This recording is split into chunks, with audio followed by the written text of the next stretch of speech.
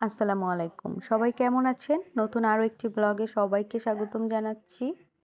সুস্থতা যে আল্লাহর এত বড় একটি নেয়ামত, সেটা যখন মানুষ সুস্থ থাকে, তখন না বুঝলেও ঠিক যখন অসুস্থ হয়, সেটা খুব ভালোই বোঝা যায়। শরীর যখন সুস্থ থাকে, তখন সবকিছুই অনেক বেশি সুন্দর লাগে। আর যখন অসুস্থ হয়, তখন কোনো ভালো কথাও শুনতে ভালো লাগে না, ভালো কিছু খেতেও ইচ্ছা করে না, কোনো কিছুই যেন ভালো লাগে না। হঠাৎ করেই ২-১ দিন আগে অসুস্থ হয়ে পড়েছিলাম। এরপরে ডক্টরের কাছে গিয়েছিলাম। এই যে সকালবেলা ঘুম থেকে উঠেই ঠিক ফজরের নামাজের পরপর আমরা বের হয়ে গিয়েছিলাম ঢাকার উদ্দেশ্যে। শরীয়তপুর থেকে ঢাকার উদ্দেশ্যে রওনা দিয়ে চলে এসেছি স্কয়ার হসপিটালে ডক্টর দেখানোর জন্য। আগে থেকেই ডক্টরের অ্যাপয়েন্টমেন্ট নেওয়া ছিল। এরপর ডক্টরকে দেখালাম। আসলে আমি একজন গ্যাস্ট্রোলজিকে দেখিয়েছিলাম, কারণ আমি ভেবেছিলাম যে আমার হয়তোবা অ্যাসিডিটির প্রবলেম, এতদিন ধরে ভুগছি। আসলেই বুঝতে পারিনি যে কি প্রবলেমের জন্য এত বেশি অসুস্থ আমি।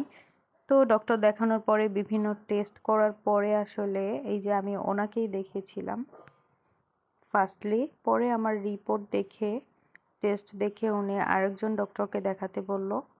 ছোট বাচ্চা নিয়ে এত দূরে জার্নি করে ডক্টর দেখানো, এত টেস্ট মেনটেন করে, আসলে আমার হাজব্যান্ড এত বেশি ধৈর্যশীল। ও যদি আমার পাশে না থাকতো এত কিছু কখনোই সম্ভব হতো না। আর ফাইয়াজ তো প্রথমত অনেক মজা করলেও পরে বিরক্ত হয়ে যাচ্ছিল। বাসায় কখন যাবে, বাসায় কখন যাবে, বাচ্চারা আসলে এক জায়গায় অনেকক্ষণ থাকতে চায় না।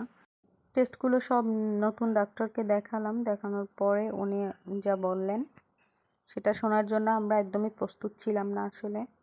উনি বললেন যে অপারেশন করতে হবে খুব দ্রুত। কন্ডিশন এতটা বেশি খারাপ যে অপারেশন খুব তাড়াতাড়ি না করলে পরিস্থিতি আরও বেশি খারাপ হতে পারে। কথাগুলো শোনার পরে অনেক বেশি খারাপ লাগছিল, যেটা সবার ক্ষেত্রেই হয়ে থাকবে। আমি আসলে এটা শোনার জন্য একদমই প্রস্তুত ছিলাম না, আমার হাজব্যান্ডও না।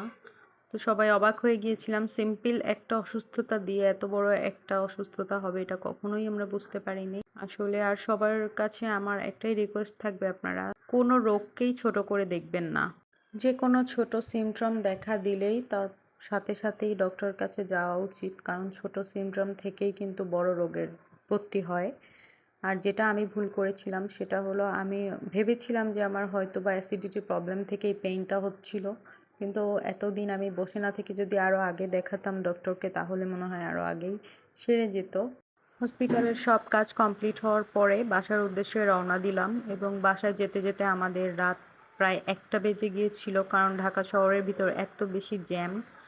তো সবার কাছে আমার রিকোয়েস্ট, আমার জন্য সবাই দোয়া করবেন, আমি যেন সুস্থ হয়ে খুব তাড়াতাড়ি আপনাদের মাঝে ফিরে আসতে পারি। আর এই ছিল আমার আজকের ব্লগ। দেখা হবে নতুন কোনো ব্লগে নতুন কিছু নিয়ে। সেই পর্যন্ত সবাই সুস্থ থাকবেন আর আমার জন্য দোয়া করবেন। ভালো থাকবেন সবাই। আল্লাহ হাফেজ।